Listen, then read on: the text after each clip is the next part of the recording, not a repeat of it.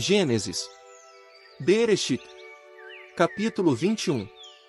Ial voltou a atenção para Chara, assim como havia dito, e Ial fez a Chara o que havia prometido.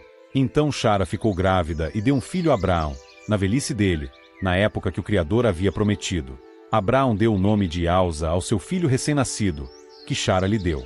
E Abraão circuncidou Ialza, seu filho, aos 8 dias de idade, assim como o Criador havia lhe mandado.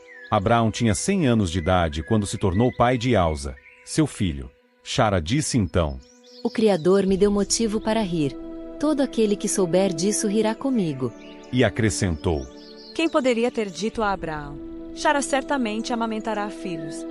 No entanto, eu lhe dei um filho na sua velhice. O menino cresceu e foi desmamado, e Abraão preparou um grande banquete no dia em que Ialza foi desmamado. Mas Chara notava que o filho que Agar, a egípcia, tinha dado a Abraão, caçoava de Ialza. De modo que disse a Abraão: Expulse essa serva e o filho dela, pois o filho dessa serva não vai ser herdeiro com o meu filho, com Ialza. Mas o que ela disse sobre Ismael desagradou muito a Abraão. Então o Criador disse a Abraão: Não se aflija com o que Chara lhe diz sobre o rapaz e sobre a sua serva. Escute o que ela diz, pois o que será chamado sua descendência virá por meio de Ialza. Quanto ao filho da serva, também farei dele uma nação, por ele ser seu descendente. Abraão se levantou então de manhã cedo, pegou pão e um odre de água e os deu a Agar. Ele os colocou no ombro dela e a mandou embora com o rapaz. Assim, ela partiu e ficou vagueando pelo deserto de Berseba. Por fim acabou a água no odre, e ela empurrou o rapaz para debaixo de um arbusto. Seguiu então adiante e se sentou sozinha, à distância de um tiro de flecha, pois dizia: Não quero ver meu filho morrer. De modo que se sentou à distância e começou a chorar alto. O Criador ouviu a voz do rapaz, e o mensageiro do Criador chamou Agar desde os céus e lhe disse: O que você tem, Agar? Não tenha medo, pois o Criador ouviu a voz do rapaz, ali onde está. Levante-se, erga o rapaz e segure-o com a mão, pois o Criador disse que fará dele uma grande nação. O Criador abriu-lhe então os olhos, e ela viu um poço de água. Então ela foi até lá e encheu o odre de água, e deu de beber ao rapaz. E o Criador estava com o rapaz enquanto ele crescia. Ele morava no deserto e se tornou arqueiro. Ele passou a morar no deserto de Parã. E sua mãe tomou para ele uma esposa da terra do Egito. Naquele tempo Abimeleque, junto com Ficol, chefe do seu exército, disse a Abraão: O Criador está com você em tudo o que você faz. Portanto, jure-me agora aqui, pelo Criador, que você não será falso comigo nem com os meus filhos e os meus descendentes, e que tratará a mim e a terra em que está morando com o mesmo amor leal que tenho mostrado a você. Portanto, Abraão disse: Eu juro. No entanto, Abraão se queixou a Abimeleque por causa do poço de água que os servos de Abimeleque haviam tomado à força. Abimeleque respondeu: Não sei quem fez isso. Você não me contou nada a respeito, e eu nunca ouvi falar disso até hoje. Abraão pegou então ovelhas e bois e os deu a Abimeleque, e os dois fizeram um pacto.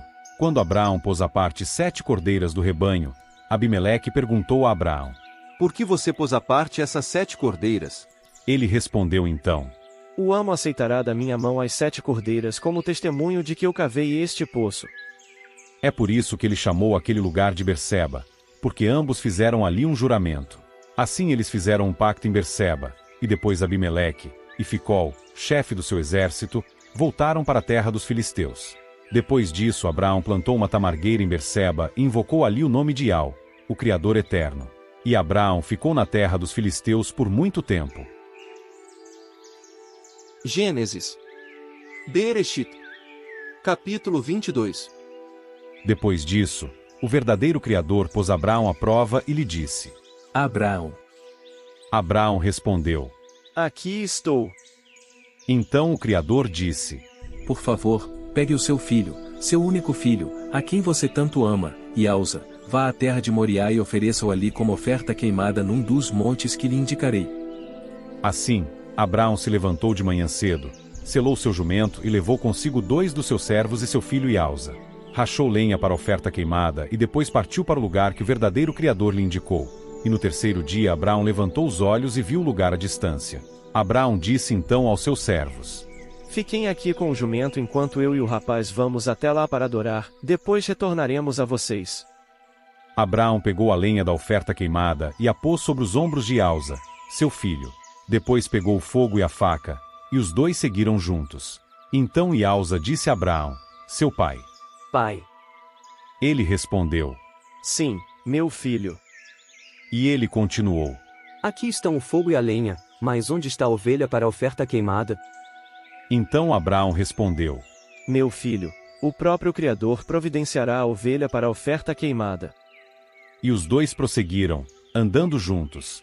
Por fim chegaram ao lugar que o verdadeiro Criador lhe havia indicado. E Abraão construiu ali um altar e arrumou a lenha em cima dele. Ele amarrou as mãos e os pés de Ialza, seu filho, e o colocou no altar, em cima da lenha.